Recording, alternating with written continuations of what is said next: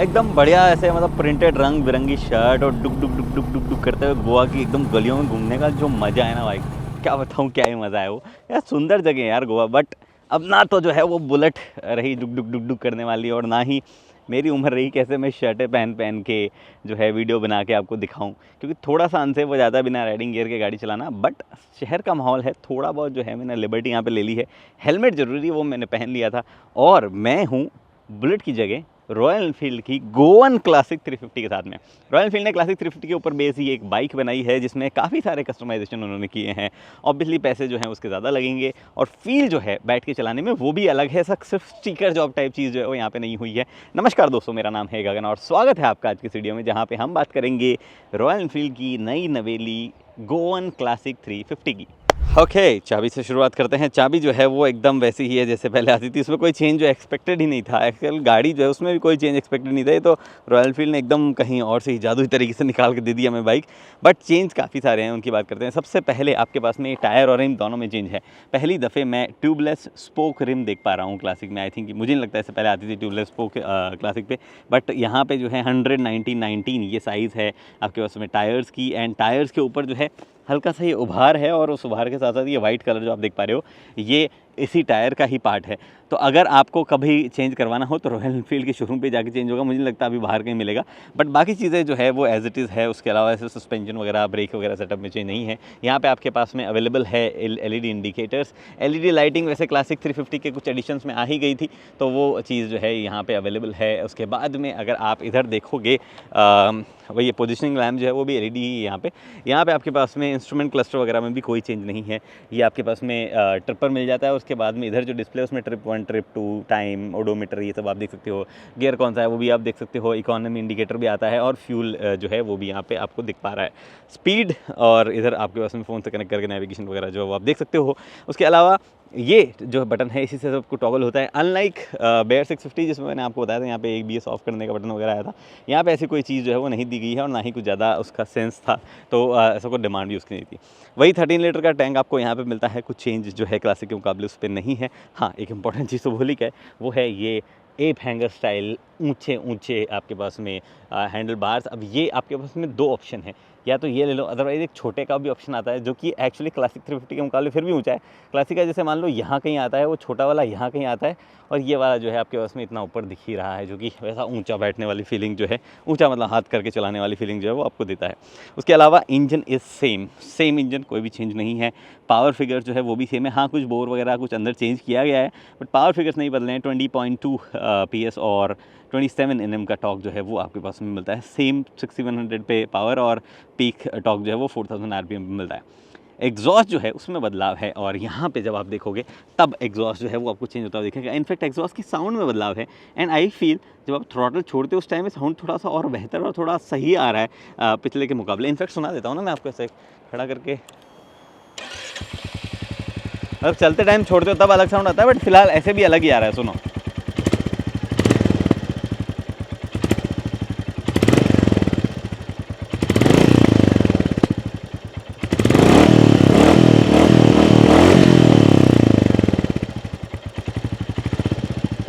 ठीक है, ये आपके पास में यहाँ पे सिस्टम हो गया। ये मेटल है, प्लास्टिक है, मेटल है, नहीं, अरे ये भी प्लास्टिक है। ओके, तो गलती होती है उससे पहले करेक्शन कर लें। दिस इज़ मेटल, चिपक रहा है, हमारा मैग्नेट टेस्ट में पास हुआ है।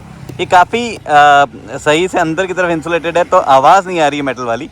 But both of these things are metal, क्योंकि मैं क्लासिक में है मेटल, तो इसमें कैसे नहीं है। उसके अलावा इधर आपके पास में ये सीट है। सीट में आपके पास ऑप्शन है, वैसे तो आप चाहो तो अलग तरह की एक सीट भी जेन्युइन एक्सेस की तो खरीद सकते हो, बट आपको ऑप्शनल मिलेगी रियर सीट, जो कि आप करंटली देख पा रहे हो। एक बाइक पे वो अलग टाइप की सीट और अलग टाइप का रियर सीट जो है वो लगी हुई थी। इनफैक्ट उसी पर्टिकुलर बाइक में जो है यहाँ पे आपके पास में ये हैंडल बार जो है उसमें भी ऑप्शन आपको मिल रहा था, तो वो भी आप देख पा रहे हो। उसके बाद में पीछे की तरफ ये रियर वाला मडगार्ड जो है उसकी माउंटिंग जो है वो भी चेंज है, जिस तरीके से माउंटेड है। अदरवाइज सीट आती है तो सीट के साथ ही वो रहता है, जो कि यहाँ पे माउंट होती है सीट, बट यहाँ पे पे जो है ये अलग से आपको मिल रहा है।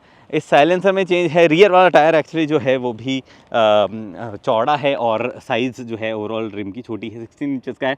अदरवाइज़ 18 का आता है if I am not wrong, तो यहाँ पे वो फ़र्क है। और चौड़ा यहाँ हो गया 130 है, हाँ देखो 130 है, उसमें 110 आता है या 120 आता है, तो वो थोड़ा मोटा टायर हो गया है, वजन उसका बढ़ गया है, भले ही रिम छोटी हुई है। एंड अगेन ट्यूबलेस स्पोक है, तो वो भी एक फ़र्क पड़ता है, वजन वहाँ पे भी जो है चेंज होता है। उसके अलावा I don't see any changes as such. हाँ, एक और बड़ा कैसे नहीं है चेंजेस, 750 की सीट हाइट रह गई है, जो कि छोटे राइडर्स के लिए बेस्ट है। इससे पहले क्लासिक 350 में आई थिंक मीटियोर की सबसे लो है, उसकी 765 थी, और उसके अलावा मेरे ख्याल से यही है जो कि सबसे लोवेस्ट सीट हाइट जहाँ पे ऑप्शन है, जो कि एक्चुअली बहुत बढ़िया है। अदरवाइज़ क्लासिक की 800 के आसपास आती है, तो कुछ लोग जिनकी और हाइट छोटी है उनके लिए और ज़बरदस्त वो फीलिंग आने वाली है, ऐसे पकड़ के ऊँचा बैठ के चलाने वाली वो चीज़ें। अब मैं इतनी देर बात मतलब इतनी देर बोल रहा हूँ चलाने की फीलिंग, चला के देख लेते हैं एक्चुअली, सिर्फ ऐसा बोलने से क्या होगा। चलो ओके, तो आई होप आपको बेहतर तरीके से आवाज़ आ रही है। मैंने थोड़ा सा एक्सपेरिमेंट करने की कोशिश की है। बाइक में साउंड रिकॉर्ड करना is a task, but same power figures है, सेम फील है बाइक में चलने के टाइम पे, बट दो चीज़ों से फ़र्क ज़्यादा आ रहा है। पहला तो जैसे ही आप बैठते हो आपको समझ में आता है हाँ काम तो हुआ है। सीट जिस तरीके की है, हैंडल बार ऊँचे हैं, फील ऐसा मतलब ऐसा करके बैठ रहे हो आप ऊँचा। एप हैंगर वाले जो स्टाइल वाले होते हैं ना, फ़ोटो देखने पर लगता है ना कैसे ऊँचे बैठे होंगे, कैसी फील आ रही होगी, एक बार की ऑलमोस्ट वैसी फील आ जाती है। हाँ, उतने ऊंचे नहीं है कस्टमाइज़ करके जितने ऊंचे आप लेते हो, and this is a decent comfortable level जहाँ पे आती है। और दूसरी चीज़ जो फील होती है आपको अपार्ट फ्रॉम द पॉस्चर, वो है एग्जॉस्ट साउंड सुनना। एक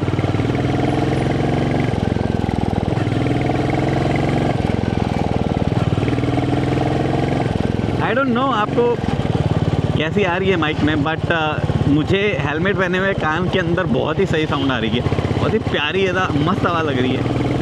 एंड अलॉन्ग विद दैट ऐसा वो फील आ रहा है कि मैं अब इस गाड़ी को क्रूज़ करता हुआ ले जा सकता हूँ। Let's say top gear, fifth gear में 60, 70, 80 के आसपास क्रूज़ करूँ, मध्यम बाइक चलती रहे, और वो मज़ा जो है वो अब इस बाइक में थोड़ा सा ज़्यादा फील हो रहा है। हालांकि आप जो है जिस तरीके का सस्पेंशन है, जिस तरीके की सीट है, मेरे ख्याल से 10-15 किलोमीटर की राइड मान लो तब तक ठीक है, वापस आना जाना 30 किलोमीटर कर लो।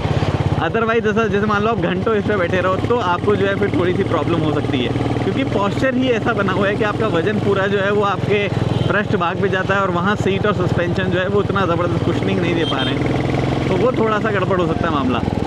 जिन लोगों की हाइट छोटी है उनके लिए तो और मज़ेदार चीज़ ही एक्चुअली हो गई होगी। मीटियोर से भी छोटी है, और आप 5 फुट 5 इंच 5 फुट 6 इंच के आसपास के भी हो तो भी आपको ऐसा सही फील आएगी, इस पर पूरा ऐसा कमांड रहेगी आपको गाड़ी। इनफैक्ट अगर आगे पीछे भी करनी है तो वजन फील नहीं होगा। हाँ 2 किलो वेट बढ़ा है, बट वो सेंटर ऑफ ग्रेविटी नीचे होने की वजह से और बेहतर जो है आप उसको मनोवर कर सकते हो, इधर उधर कर सकते हो। Now that is a nice thing. And classic 350 का जब ये नया वाला इंजन आया था सबने ही तारीफ़ करी होगी इसकी। हाँ, जिन लोगों को नुआंस से चाहिए थे, वो टक टक टक टक टक टक टक टक थंप चाहिए था, जो पुराने वाली गाड़ी के प्रॉब्लम चाहिए थी, वो सब निकल गई है। बट फिर भी मेरे ख्याल से कैरेक्टर हल्का फुल्का बचा है, और फील जो है वो आती है चलाते हो आप। एंड जो मैंने पुरानी क्लासिक्स चलाई है 350 वगैरह, उनकी आवाज़ हल्की हल्की फील गुड होने लग जा रही है। वही चीज़ यहाँ पे है, बाकी सब चीज़ें सही है। हैंडलिंग अच्छी है, इजीली मैनूवरेबल है बाइक, कोई भी इशू उसमें नहीं है। साउंड अच्छी है, इनफैक्ट बेटर हो गई है, और सीट का मैंने बता ही दिया, प्रॉब्लम हो सकती है लॉन्ग राइड पे। बाकी ऐसा कोई और चीज़ नहीं है जो मुझे आपको बतानी हो, जो मुझे ऐसा डिस्कस करनी हो कि मुझे कुछ अजीब लगा।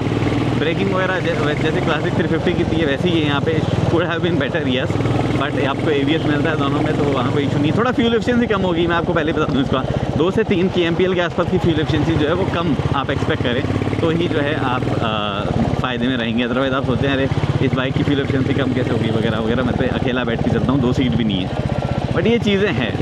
सुनो, सही साउंड है ना अगर आ रही हो तो।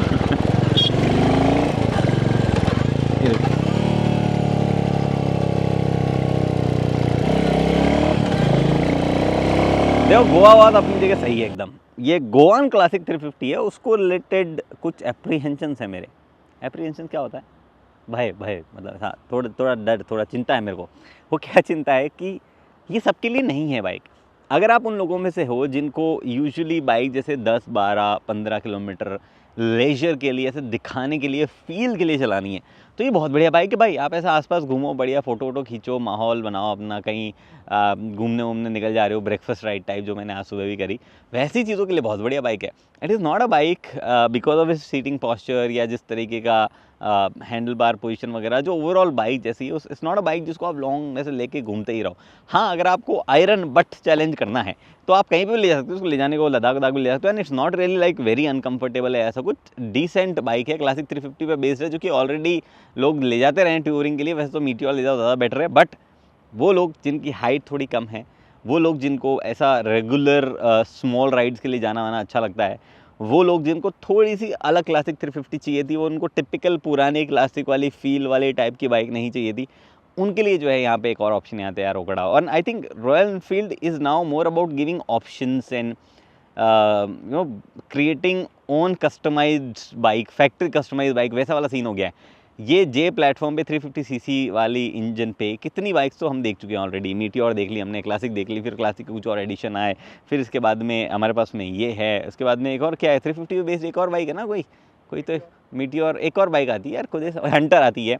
लॉट मैनी बाइक्स, मतलब इतनी बाइक्स कि मैं भूल चुका हूँ। ललित जो पीछे कैमरा शूट करता है उसका काम नहीं है याद रखने का, उसको ज़्यादा याद रह रहा है। But and there will be more bikes. Royal Enfield ऐसा ऑप्शन ही ऑप्शन जो है पकड़ाया जा रहा है। प्राइस मुझे एग्जैक्टली पता नहीं है, but I am pretty sure considering क्या क्या चीज़ें दी गई है, 15 से 20 हज़ार रुपये ऊपर जो है वो बाइक के चार्ज किए जा सकते हैं। उससे ज़्यादा चार्ज करें तो रॉयल एनफील्ड की मर्जी, आप दो या ना दो वो आपकी मर्जी। फिलहाल इस वीडियो में इतना ही, उम्मीद करता हूँ वीडियो पसंद आई, लाइक शेयर सब्सक्राइब आप कर सकते हैं। अगली वीडियो तक दोस्तों हेलमेट पहनिए, इंपॉर्टेंट है, सीट बेल्ट पहनिए, गाड़ी चलाएं तो सुरक्षित चलिए। धन्यवाद।